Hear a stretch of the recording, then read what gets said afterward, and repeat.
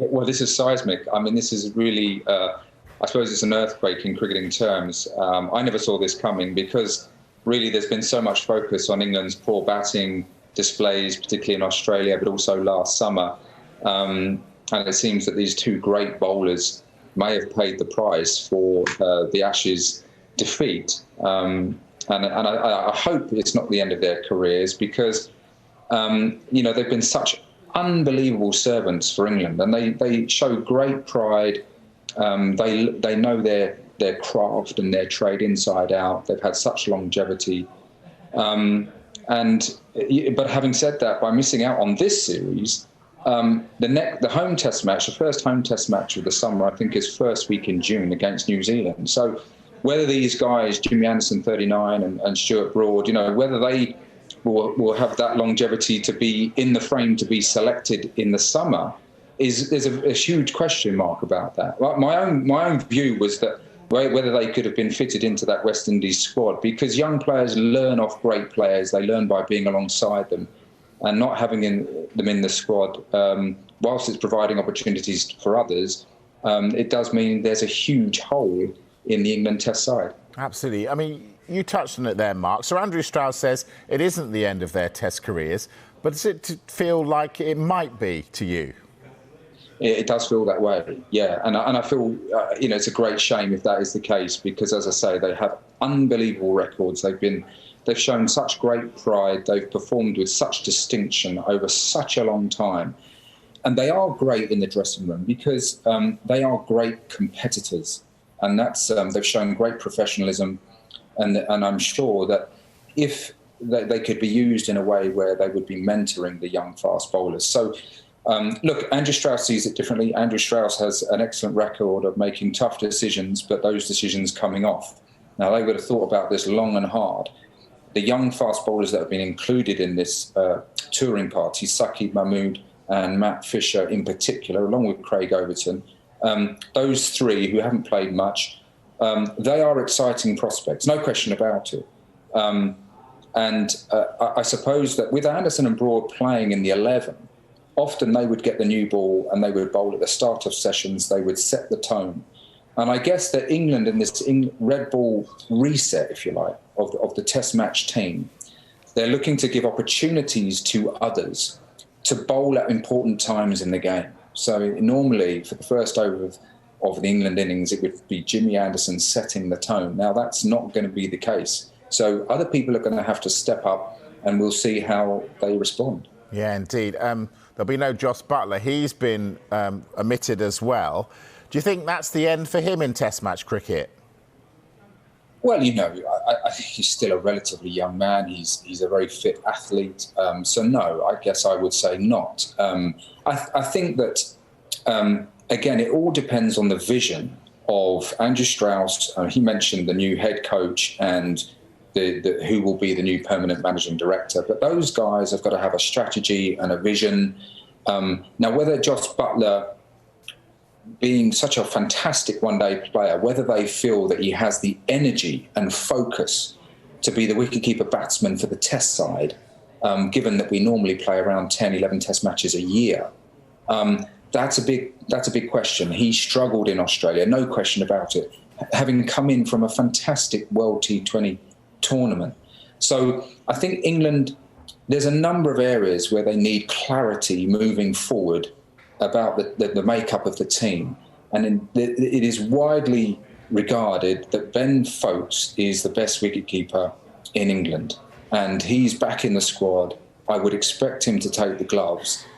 He made 100 on Test match debut with the bat. So, he has huge potential, and it's probably about time he got a run in the side. So, again, if England are going to build a nucleus of a Test side, I think it's absolutely understandable that they go with Ben Foakes, give him the gloves and give him a run in the side. If you look at the one-day team back in 2015, when they had that reset, they gave people a run in the side. Jason Roy played, struggled initially, but they kept him in the side and he found his feet brilliantly. And that's what I'm sure they hope with Ben Foakes and a number of others. Mark, they've jettisoned the top order from the Ashes series. Was that inevitable? Yeah, I guess it was a very challenging tour, but there were going to be casualties. Those pitches in Australia were pretty spicy. The new ball attack of Australia was absolute world class. And unfortunately, those guys found it tough going, and England have moved in a different direction. It doesn't mean, again, I must stress, that people can have a taste of Test cricket and struggle, but they can go away and work on their game, work on areas that they need to work on to be able to come back a better prospect and more likely to do well. Rory Burns, Hasib Hamid, there's no reason why that they can't go away and get better so that and score a lot of runs, obviously domestically, and put their name back in the hat. But Alex Lees is a new name that some people may not know. He's long been highly regarded as an opening batter, solid left-hand player who probably deserves a crack. So England are looking at him, I'm sure, probably to open the batting, maybe with Zach Crawley. We don't know perhaps about the number 3 position because Ollie Pope struggled a little bit in Australia. Whether he gets an opportunity at 3, Dan Lawrence would tend to be more of a middle order player. Maybe Ben Stokes, and that's another area, another position where I feel like his role in the side needs to be clarified. Is he going to be a world-class all-rounder batting at 6 and bowling 15, 17 overs in a Test match day? Or are they going to say, actually, you're going to bowl less, but we think you're best equipped to bat number 3? So that will emerge, but that batting lineup is a revamped lineup, and we'll have to see how it goes in the West Indies, which will be, I'm sure, Mike, you'll be watching closely. There'll be a tough examination. But will it be, though? I mean, obviously, in Australia, it was really tough. The West Indies, not having the best of times. So that said, is this the best time for a reset for English Test cricket to play the West Indies? Mike, I'm sure I don't have to remind you that the last time England went to the Caribbean and played a Test series, they lost 2-1. And the West Indies always get up for series against England. In that series, they had Jason Holder leading very well, Shannon Gabriel, Kemar Roach. They all bowled extremely well. Look, West Indies are a Test side, and whoever gets selected for England, they'll have to go in and play well. They'll have to handle the occasion, the pressure that comes along with representing your country and walking out with 3 lions on your chest. Hopefully those new players who will have played a bit for the Lions, they will find the environment one that's a welcoming one, encouraging, and I'm sure the senior players will rally round and try and get some team spirit going, and hopefully they can go out there and make a good impact. So Paul Collingwood currently sunning himself on a beach in Barbados, but he's going to take interim charge. Is that a good appointment for you? Well, it's an understandable one and probably a predictable one. Andrew Strauss, I think, thinks very highly of Paul Collingwood, as do many people, by the way. He clearly had a stellar playing record, and he brings many things, many qualities as a coach to the table. I guess, Paul rightly will look upon this as a great opportunity to stake a claim for the job permanently.